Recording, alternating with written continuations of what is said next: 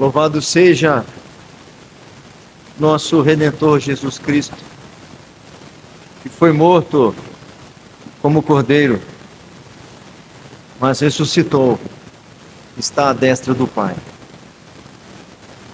Abramos, amados irmãos, texto sagrado, no livro do profeta Daniel, capítulo 8.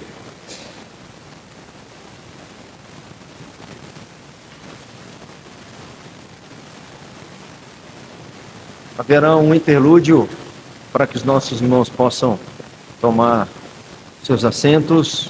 Enquanto abrimos o texto, depois da leitura do texto, o pequenino Moisés nos dirigirá a Deus numa oração.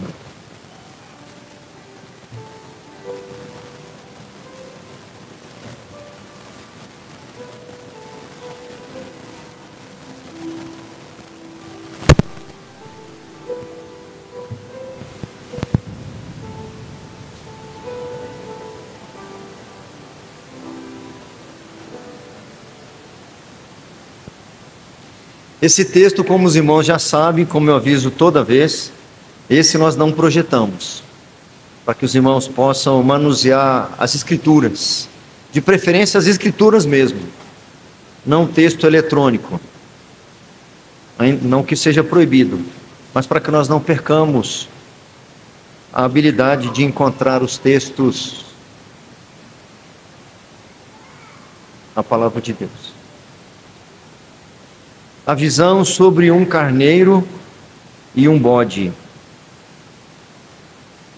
No ano 3º do reinado de Belsazar, eu, Daniel, tive uma visão depois daquela que eu tivera a princípio.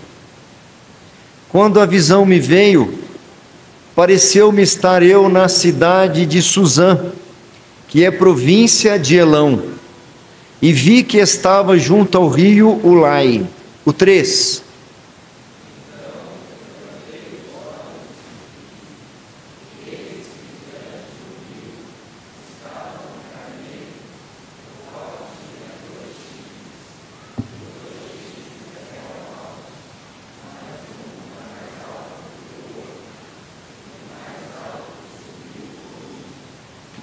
Vi que o carneiro dava marradas ou chifradas para o ocidente e para o norte e para o sul, e nenhum dos animais lhe podia resistir, nem havia quem pudesse livrar-se do seu poder.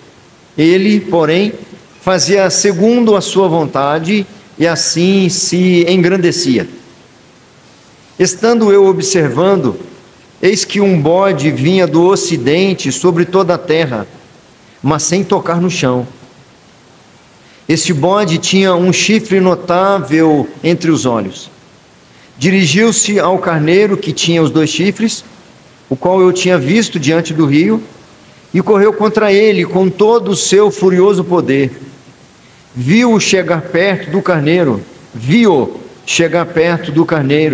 e enfurecido contra ele, o feriu e lhe quebrou os 2 chifres, pois não havia força no carneiro para lhe resistir.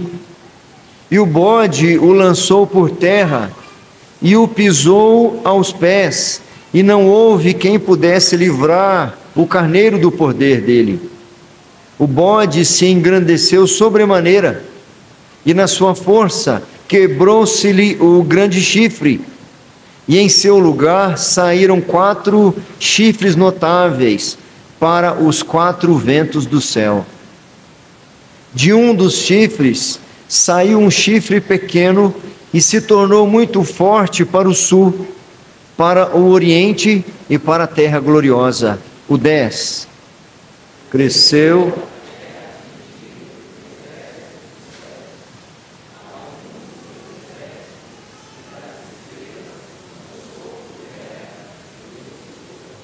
Sim, engrandeceu-se até ao príncipe do exército. Dele tirou o sacrifício diário, e o lugar do seu santuário foi deitado abaixo. O exército lhe foi entregue com o sacrifício diário, por causa das transgressões, e deitou por terra a verdade, e o que fez prosperou. 13.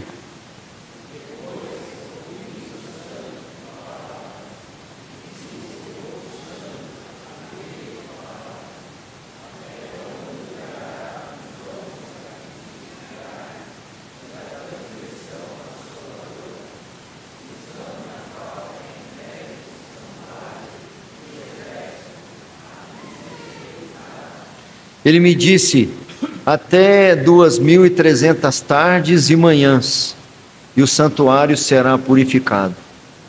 Havendo eu, Daniel, tido a visão, procurei entendê-la, e eis que se me apresentou diante uma como aparência de homem, e ouvi uma voz de homem de entre as margens do Ulai, a qual gritou e disse: Gabriel, dá a entender a este a visão. Veio, pois, para perto de onde eu estava. Ao chegar a ele, fiquei amedrontado e prostrei-me com o rosto em terra. Mas ele me disse: entende, filho do homem, pois esta visão se refere ao tempo do fim. Falava ele comigo quando caí sem sentidos, rosto em terra. Ele, porém, me tocou e me pôs em pé no lugar onde eu me achava. E disse: eis que te farei saber o que há de acontecer no último tempo da ira, porque esta visão se refere ao tempo determinado do fim. Aquele carneiro com 2 chifres que viste são os reis da Média e da Pérsia, mas o bode peludo é o rei da Grécia. O chifre grande entre os olhos é o primeiro rei. 22.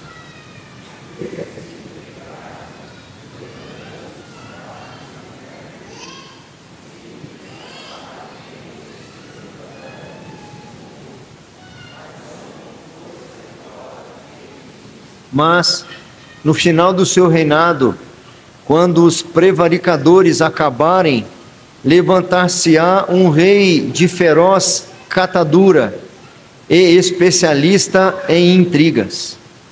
Grande é o seu poder, mas não por sua própria força.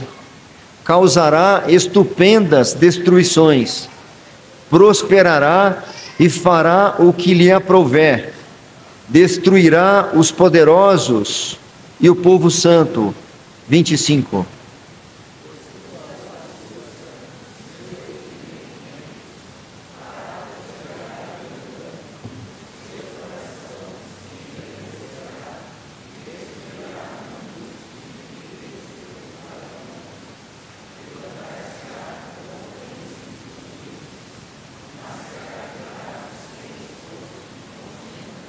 A visão da tarde e da manhã que foi dita é verdadeira. Tu, porém, preserva a visão, porque se refere a dias ainda muito distantes. Eu, Daniel, enfraqueci e estive enfermo alguns dias. Então me levantei e tratei dos negócios do rei. Espantava-me com a visão e não havia quem a entendesse. Oremos mais uma vez.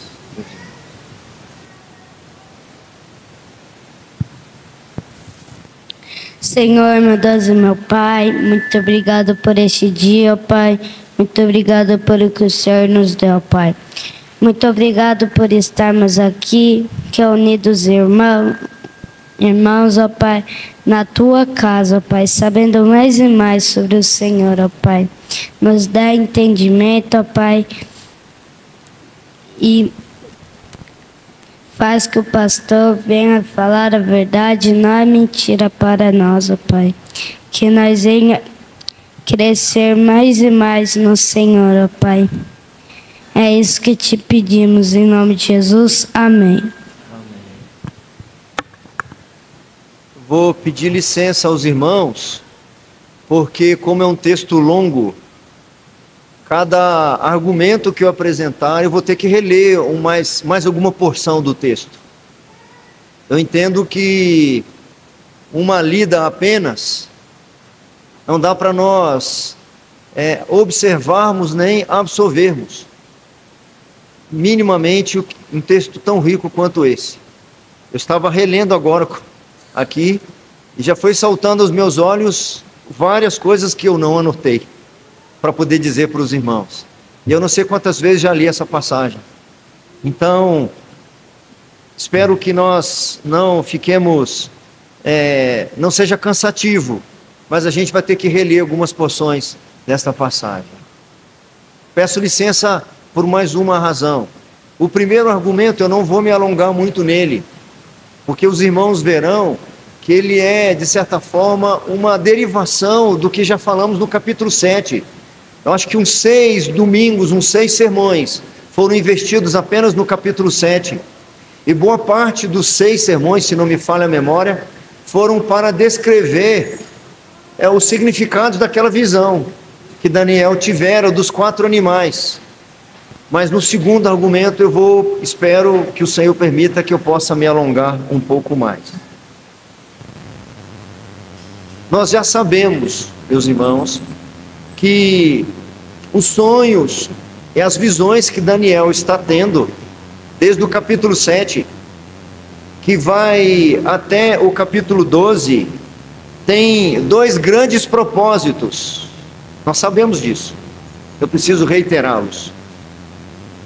Em todos os capítulos, eu vou reforçar que, em primeiro lugar, essas visões, estes sonhos, visam encorajar Daniel.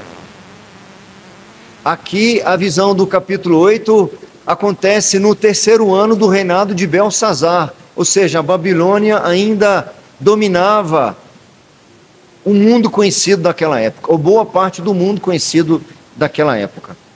Daniel é cativo e ele desenvolve um ministério relevante lá na Babilônia. É desafiado e em boa parte do tempo está sozinho, não está na sua terra, não está em comunhão com seus irmãos e nem em comunhão com Deus como ele tivera lá no templo, etc. Está impedido. É nessa ocasião que o Salmo 137 é escrito, que foi objeto da pregação do seminarista semana passada. É nesse período em que os escravizadores, os exatores, pediam ao povo de Judá que lá estava, que entoasse os cânticos de Sião. E a resposta que encontramos lá no Salmo é: como nós podemos entoar os cânticos de Sião em terra estranha? Então Daniel está nesse contexto, impedido de prestar culto ao Senhor, como era apropriado e exclusivo lá em Jerusalém e no templo. Então essas visões visam encorajar Daniel para o grande desafio que ele tinha. E ainda, em segundo, fortalecer a fé da igreja. Precisamos ler esses capítulos, estas sentenças todas, levando isso em conta. Literatura apocalíptica como esta tem, e nós já sabemos, os seguintes temas: apresentar o crescimento do mal. Cada capítulo desse, eu preciso levar em conta que isso será revelado. O cuidado de Deus por seu povo, a segurança de que o mal não prevalecerá, e ainda, a única coisa com duração eterna é o reino de Deus. Nós podemos pegar essas temáticas e reler o livro de Apocalipse, levando-as em conta, e essa métrica vai se encaixar lá muito bem, porque muitos textos ficaria-se desesperado com as revelações sobre o crescimento do mal, das perseguições e das tribulações. Mas quando se leva em conta esses preceitos, saberemos que, em última análise, todo o mal não prevalecerá. Nosso tema para o capítulo 8, Daniel 8, o chifre pequeno, uma velha história do avanço do mal, sua queda e o triunfo do príncipe dos príncipes. Esse tema é praticamente uma explicação. Ele resume em si boa parte do que o Senhor revela aqui no capítulo 8.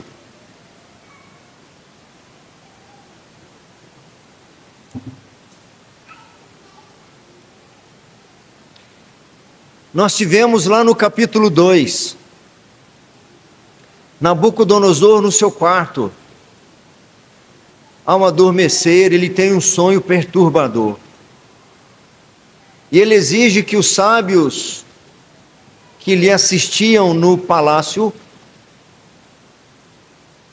não só dessem a interpretação do seu sonho, mas revelassem o próprio sonho em si. Aqueles primeiros sábios que são chamados dizem para Nabucodonosor que era impossível dizer qual é o sonho que ele tivera naquela noite.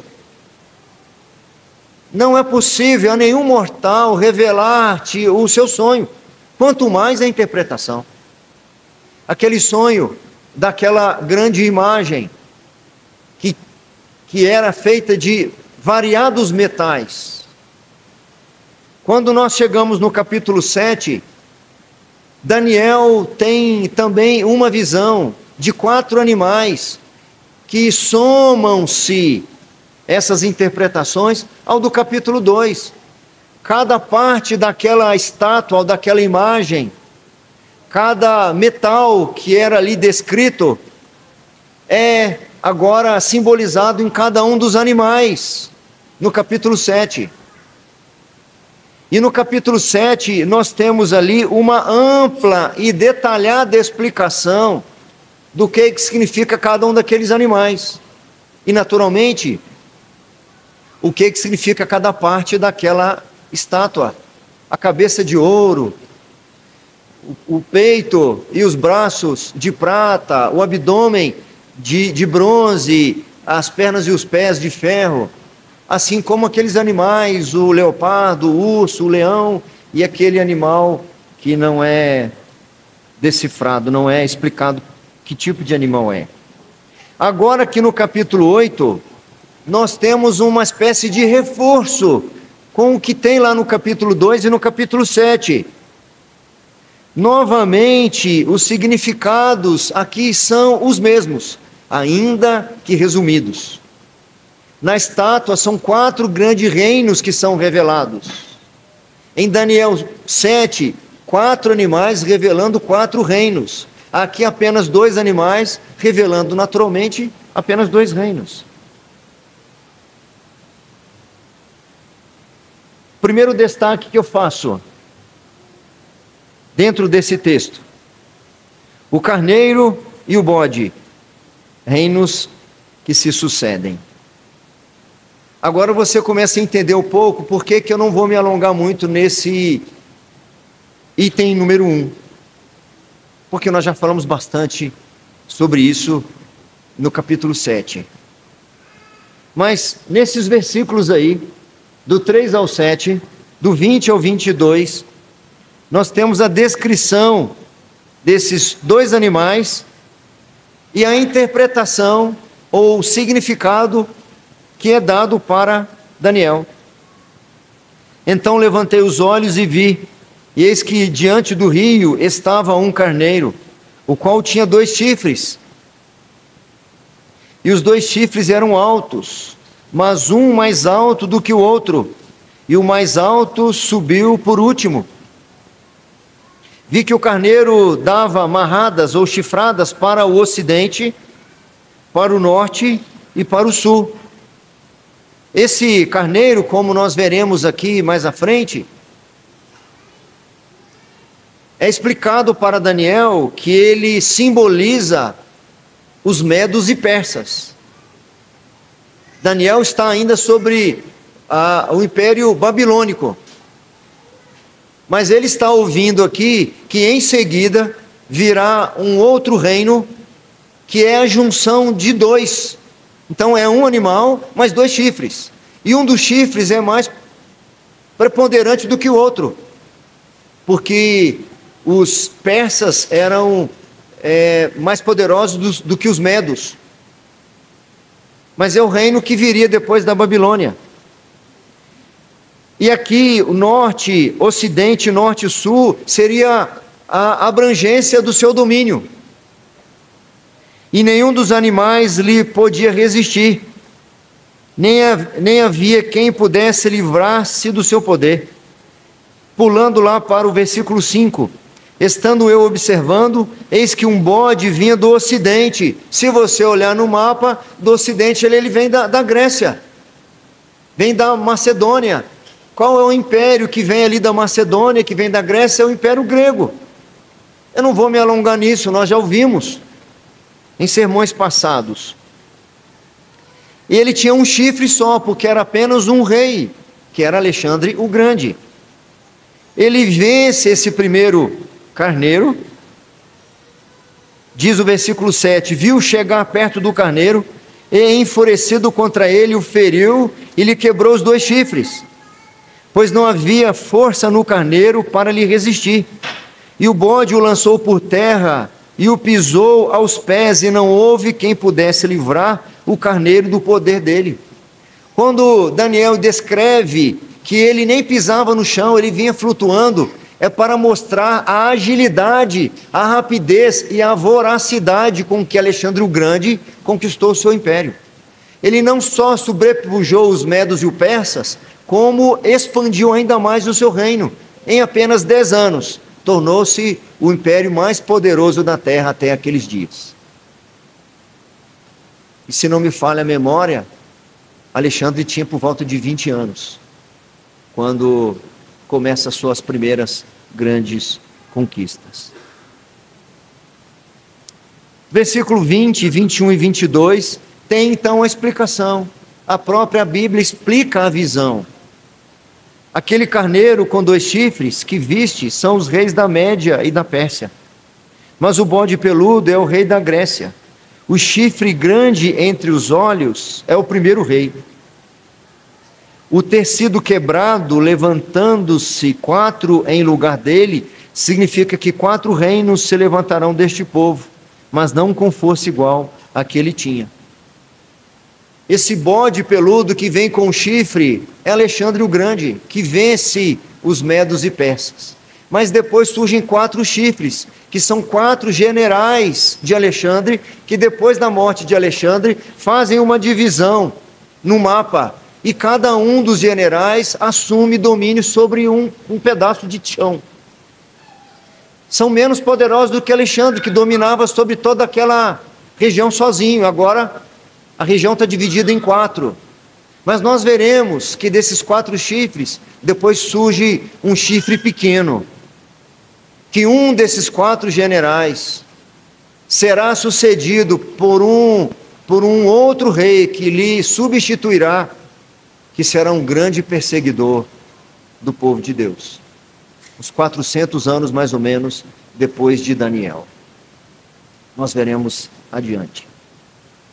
Como a própria interpretação diz para nós já sabemos o que simboliza cada um desses animais. E eu sempre faço essa pergunta: como que isso pode de alguma forma encorajar Daniel? Como que isso pode de alguma maneira fortalecer a fé do povo de Deus? Ouvir sobre o mal e a sucessão do mal crescendo. Um mal substitui o outro e o sobrepuja, e assim sucessivamente. Isso faz parte da história deste mundo desde a queda. Disputas pelo poder, homem lutando para se colocar no lugar de Deus e lutando por mais poder, mais domínio, mais influência, e por mais poder que um reino conquista, ele é sobrepujado por outro, pior do que ele. Sempre haverá um fim para os poderosos de plantão. Nós já vimos de forma mais pormenorizada num dos sermões lá de Daniel 7, como que isso pode de alguma forma acalentar o coração do profeta? Como que isso pode de alguma forma dar vigor para a fé do povo de Deus? Eu daqui a pouco vou mencionar alguns desses propósitos. Diferente do capítulo 7, em que Daniel estava dormindo, agora ele está acordado. Ele é levado a visões justamente numa cidade, na cidade de Suzã, diz aqui província de Elão, aquela que seria a capital do próximo império. Então fica imaginando, ele está servindo Nabucodonosor, ele está servindo Belsazar, ele vê atrocidades, ele presencia e ele é vítima de decretos injustos, de ameaças terríveis, sujeito à morte, à condenação. E ele olha para aquilo tudo e ele sabe, os dias deste reino estão contados. Os dias de opressão deste rei estão contados. Os dias da glória de Nabucodonosor e da Babilônia estão contados. Uma das visões que eu tive, podia pensar Daniel, foi na próxima capital. E tudo aquilo que está sendo aqui construído, edificado, e toda essa dominação terá um fim. Eu acredito que isso pode trazer algum acalento quando opressores dominam sobre o povo de Deus. Quando reis injustos, juízes injustos, julgam as nossas causas.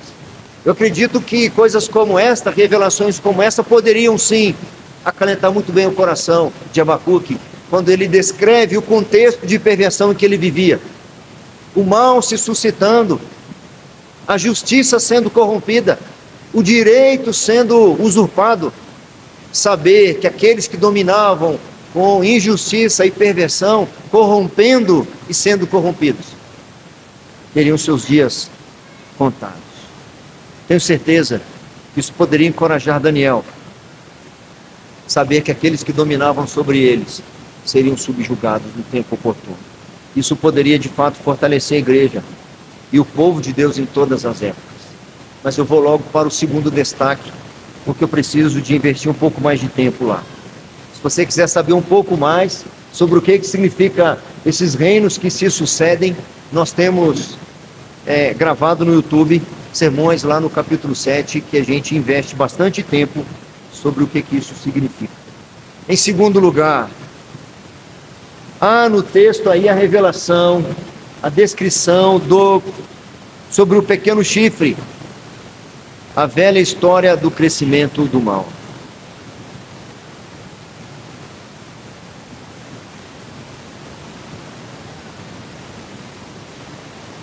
O pequeno chifre, a velha história do crescimento do mal. Nós já sabemos que os reinos que se sucumbem dão lugar a outros mais perversos do que eles mesmos. Há um avanço do mal. Isso ficou muito evidente para nós no capítulo 7. Aqui no capítulo 2, essa velha história se repete. O versículo 8 diz que o bode, depois de ter vencido o carneiro, ou seja,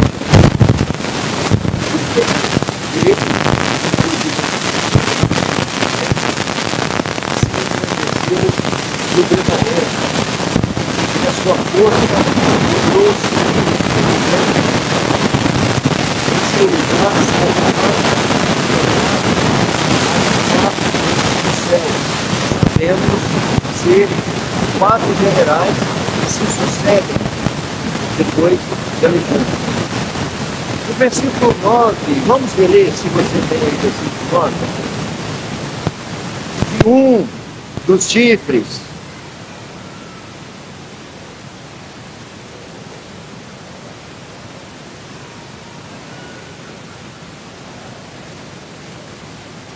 cresceu até atingir o exército dos céus. Alguns do exército e das estrelas lançou por terra e o pisou. Sim, engrandeceu-se até ao príncipe do exército. Dele tirou o sacrifício diário, e o lugar do seu santuário foi deitado abaixo. O exército lhe foi entregue com o sacrifício diário por causa das transgressões, e deitou por terra a verdade, e o que fez prosperou. Pulando para o 22, o tecido quebrado, levantou-se 4 em lugar dele. Agora, na explicação que Daniel está recebendo, significa que 4 reinos se levantarão deste povo, mas não com força igual à que ele tinha. Mas, no fim do seu reinado, quando os prevaricadores acabarem, levantar-se-á um rei feroz, catadura e especialista em intrigas, esse pequeno chifre. 24.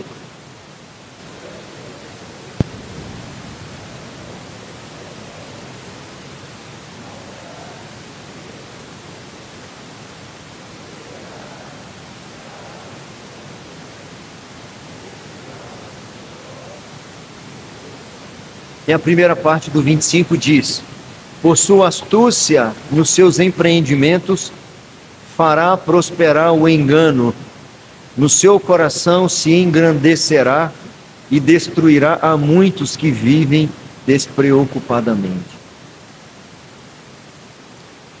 O Império Grego sujeitará os medos e persas.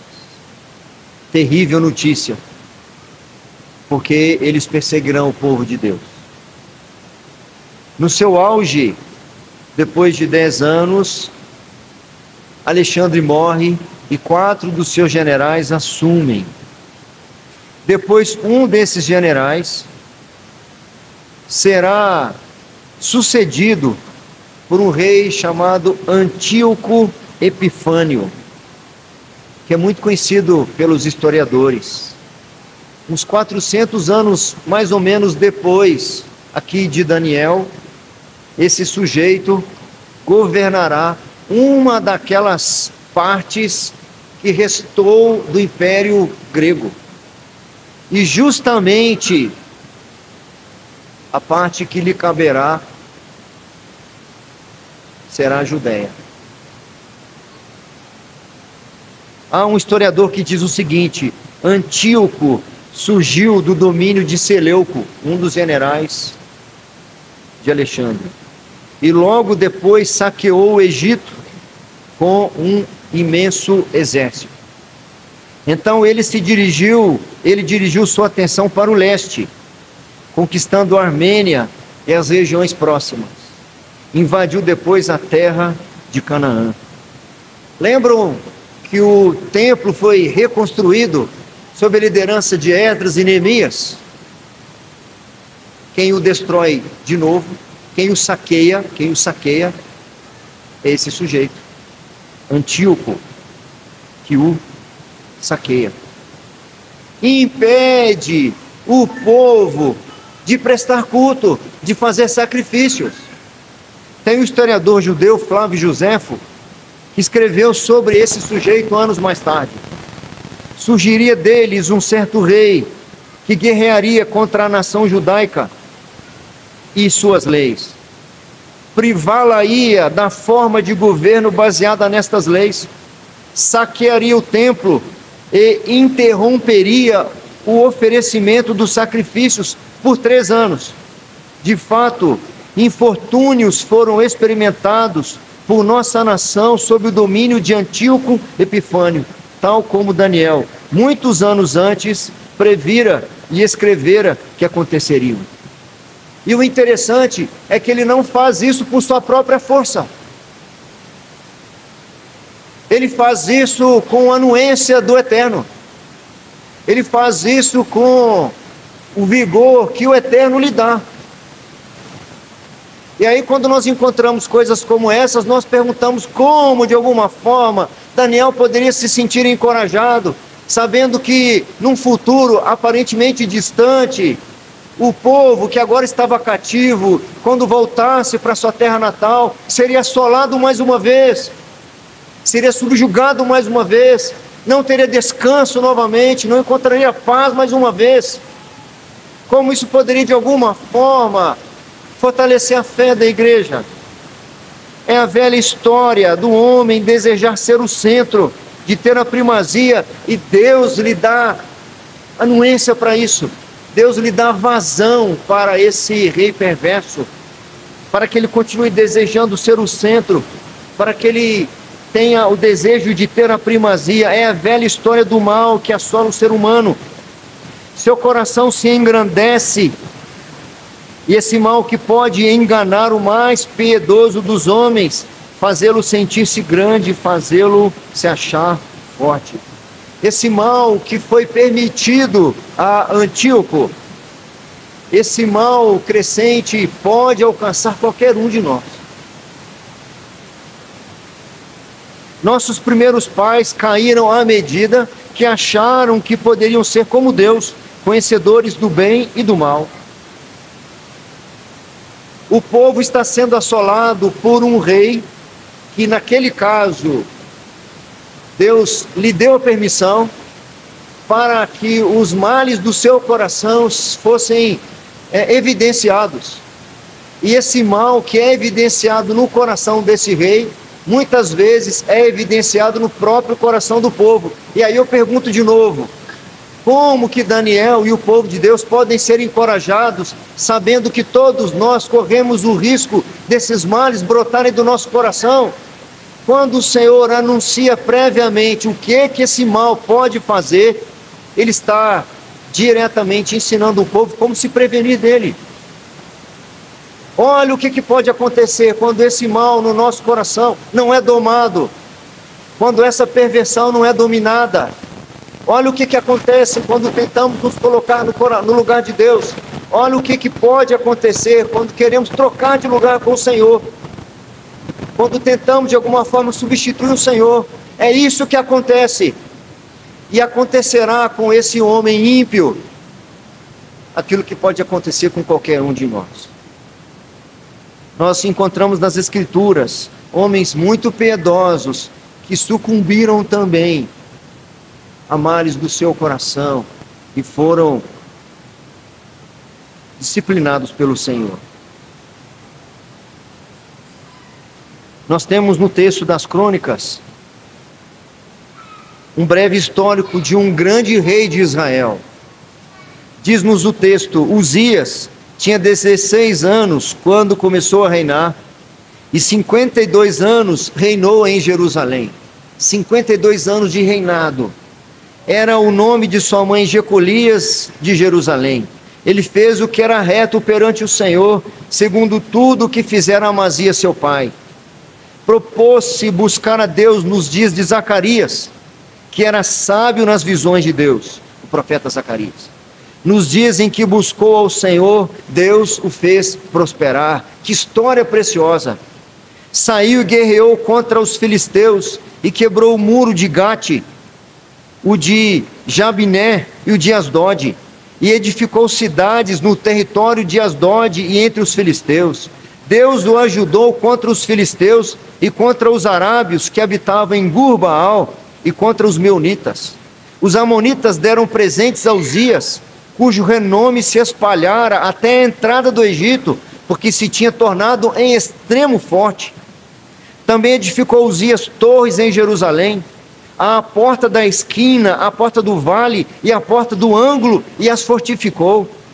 Também edificou torres no deserto e cavou muitas cisternas, porque tinha muito gado, tanto nos vales como nas campinas. Tinha lavradores e vinhateiros, nos montes e nos campos férteis, porque era amigo da agricultura. Tinha também Uzias um exército de homens, destros nas armas, que saíam à guerra em tropas, segundo o rol feito pelo escrivão Jeiel e Maacéias, o oficial, sob a direção de Hananias, um dos príncipes do rei. O número total dos cabeças das famílias, homens valentes, era de 2.600, só os cabeças. Debaixo das suas ordens havia um exército guerreiro de 307.500 homens, que faziam a guerra com grande poder para ajudar o rei contra os inimigos.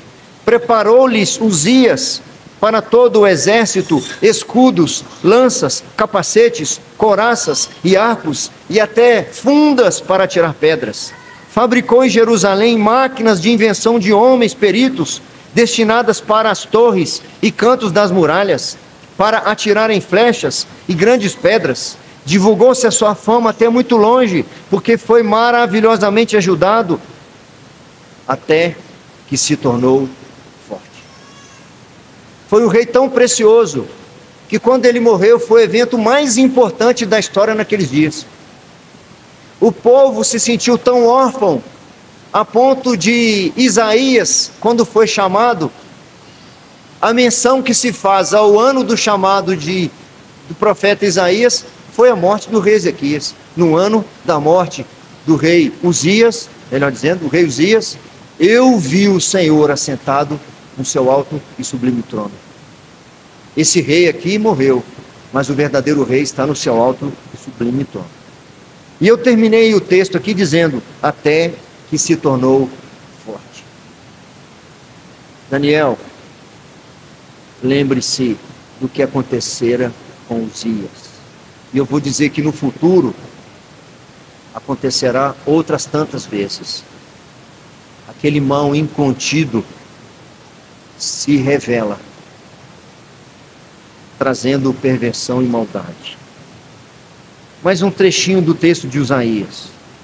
Mas, havendo-se já fortificado, exaltou-se o seu coração para a sua própria ruína, e cometeu transgressão contra o Senhor seu Deus, porque entrou no templo do Senhor para queimar incenso no altar do incenso. Porém o sacerdote Azarias entrou após ele, com 80 sacerdotes do Senhor, homens da maior firmeza, e resistiram ao rei Uzias e lhe disseram, a ti, Uzias, não compete queimar incenso perante o Senhor, mas aos sacerdotes, filhos de Arão, que são consagrados para este mistério. Sai do santuário, porque transgrediste,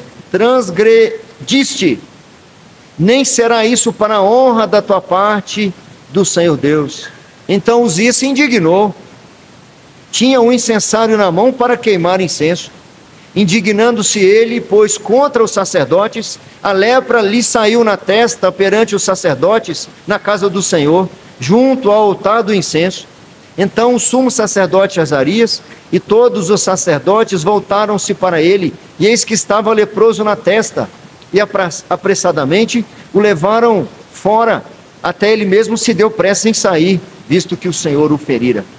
Assim ficou leproso o rei Uzias até o dia da sua morte, e morou, por ser leproso, numa casa separada, porque foi excluído da casa do Senhor. E Jotão, seu filho, tinha a seu encargo a casa do rei, julgando o povo da terra. As escrituras estão cheias de exemplos como esses. Daniel está sendo aqui prevenido de que toda vez que alguém se coloca no lugar do Senhor, o que se espera disso é perversão, é maldade. Essa história é velha. Adão e Eva caíram porque desejaram ser como Deus, conhecedores do bem e do mal. Nós temos um pequeno trecho de uma oração de Davi, que ele teme isso. Ele cometeu vários pecados gravíssimos, mas ele fugia disso. Quando ele está terminando o seu Salmo 19, ele diz, também da soberba livra o teu servo. Que ela não me domine. Nabucodonosor, alguns anos antes, diz o seguinte, não é esta grande Babilônia que eu edifiquei para a casa real, com meu grandioso poder e para a glória da minha majestade? O avanço do mal é profetizado aqui, e ele é aqui confirmado. Esse pequeno chifre, esse tal de Antíoco, tipifica todos os perseguidores do povo de Deus. São citados lá em Apocalipse como o anticristo. Esse mal é inevitável.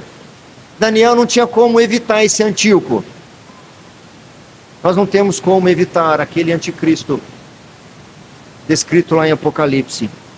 Esse mal é previsível, e tem, dentre vários propósitos, proteger a igreja. Mas como é possível não só saber previamente do crescimento desse mal pode me ajudar, como experimentá-lo?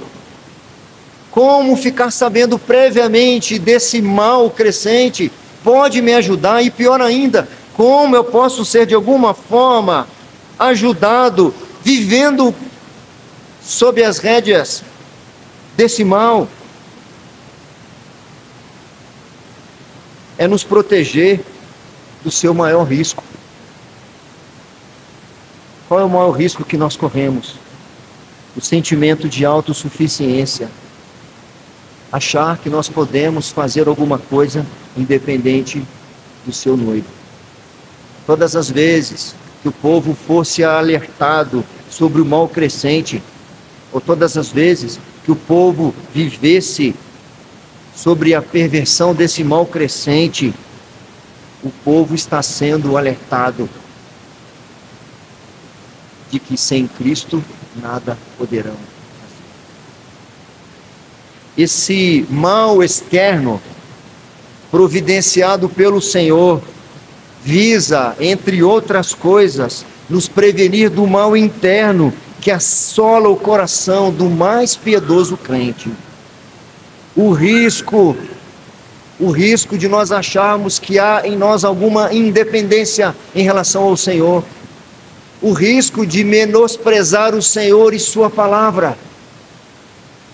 Quando somos alertados do mal que está ao nosso derredor, e quando nós estamos até sofrendo a intervenção dele, por mais doloroso que seja, são momentos oportunos para corrermos para o abrigo do Altíssimo.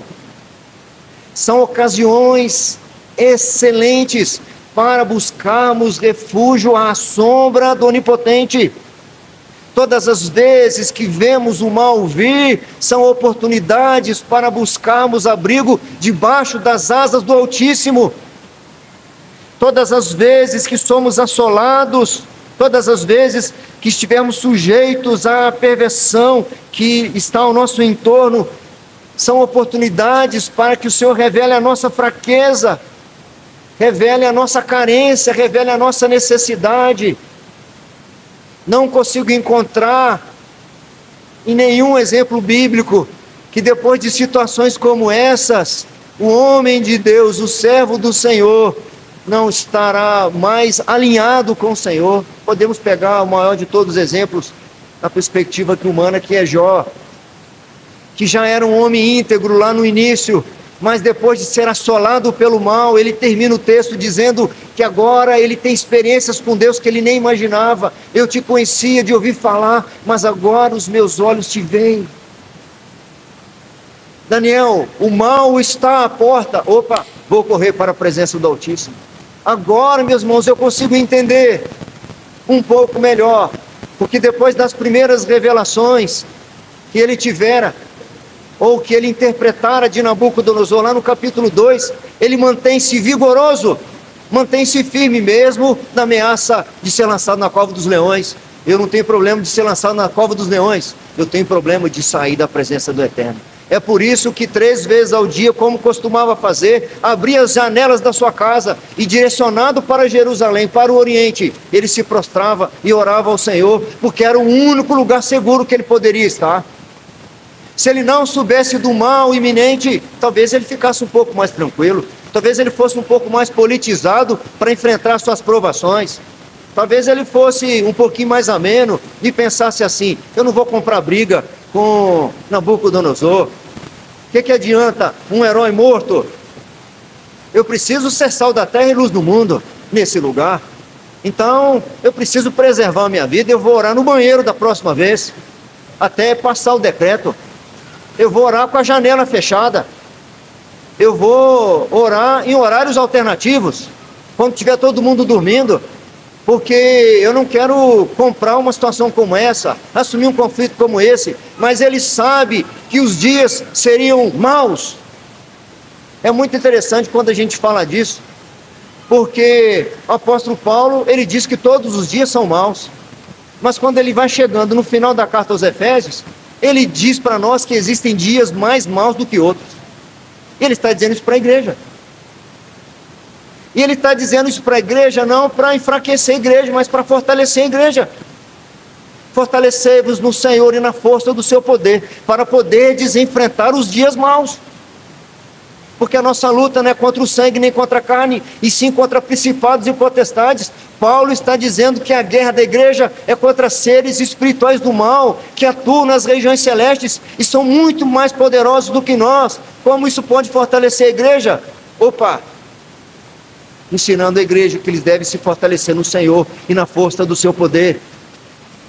Possam de fato reconhecer a proteção, a segurança que tem só no Senhor. Pode procurar nas Escrituras, quem é que disse assim: o Senhor é a nossa cidadela. Esse sujeito passou maus bocados, esse sujeito enfrentou oposição, esse sujeito enfrentou lutas, enfrentou enfermidades, enfrentou desafios na vida, enfrentou o mal, foi subjugado pelo mal muitas vezes. Vai olhar quem que escreveu que o Senhor é nosso refúgio e nossa fortaleza. É quem passou por tribulação, porque é lá na tribulação que a gente descobre que o Senhor é nosso refúgio e a nossa fortaleza. Então Daniel está sendo encorajado sim, está encorajado a andar na presença do Senhor, está sendo encorajado a andar na sombra do Onipotente, porque quando se descobre que 1000 cairão ao nosso lado e 10.000 à nossa direita, nós não temos lugar nenhum de refúgio, a não ser na presença do Eterno. Esse mal é providenciado pelo Senhor. A força de Antíoco aqui não era dele, não era sua. Olha aí para você ver.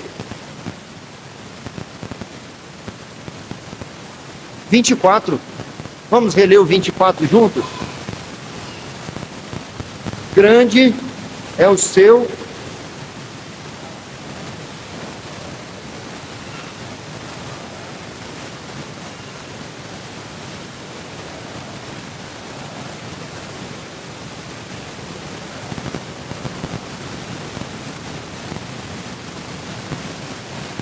grande é o seu poder.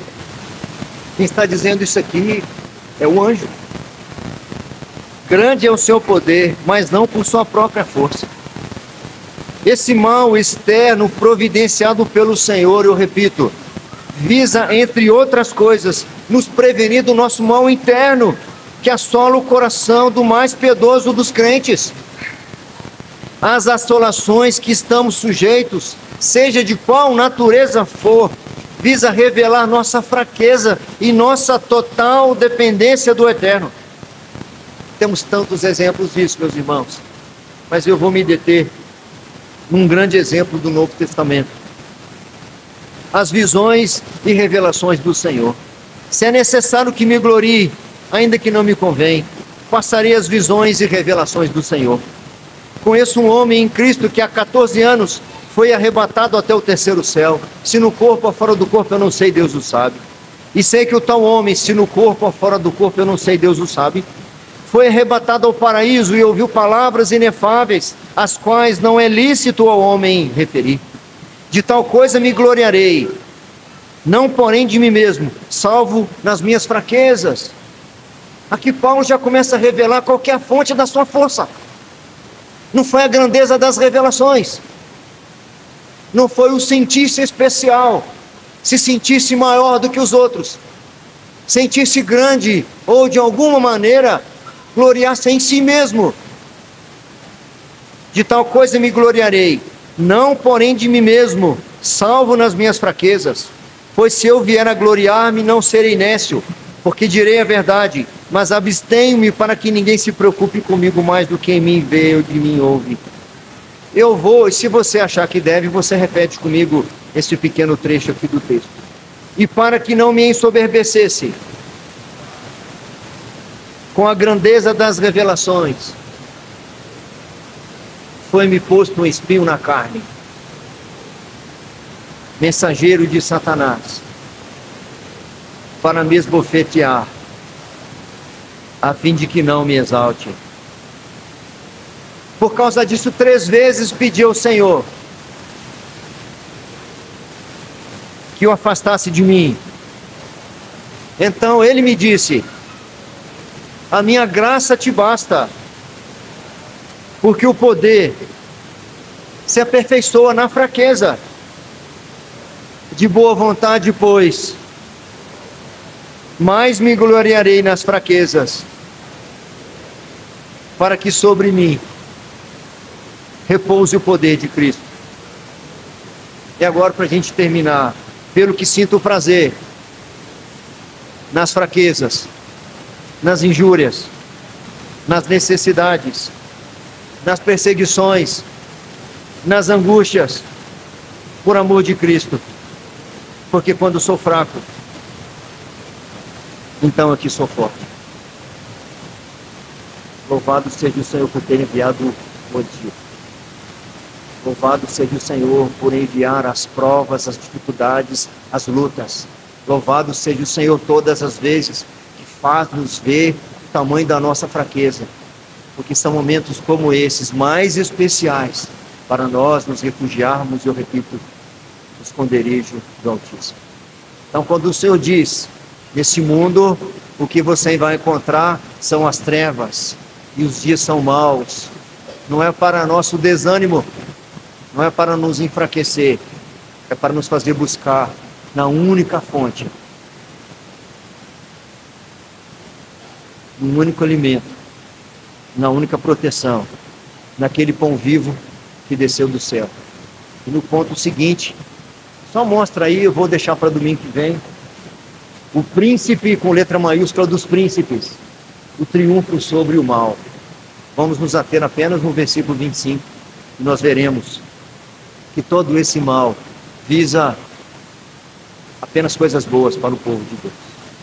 Que o Senhor nos dê graça, nos fortaleça e nos faça reconhecer que, de fato, sem Cristo, nada nós podemos.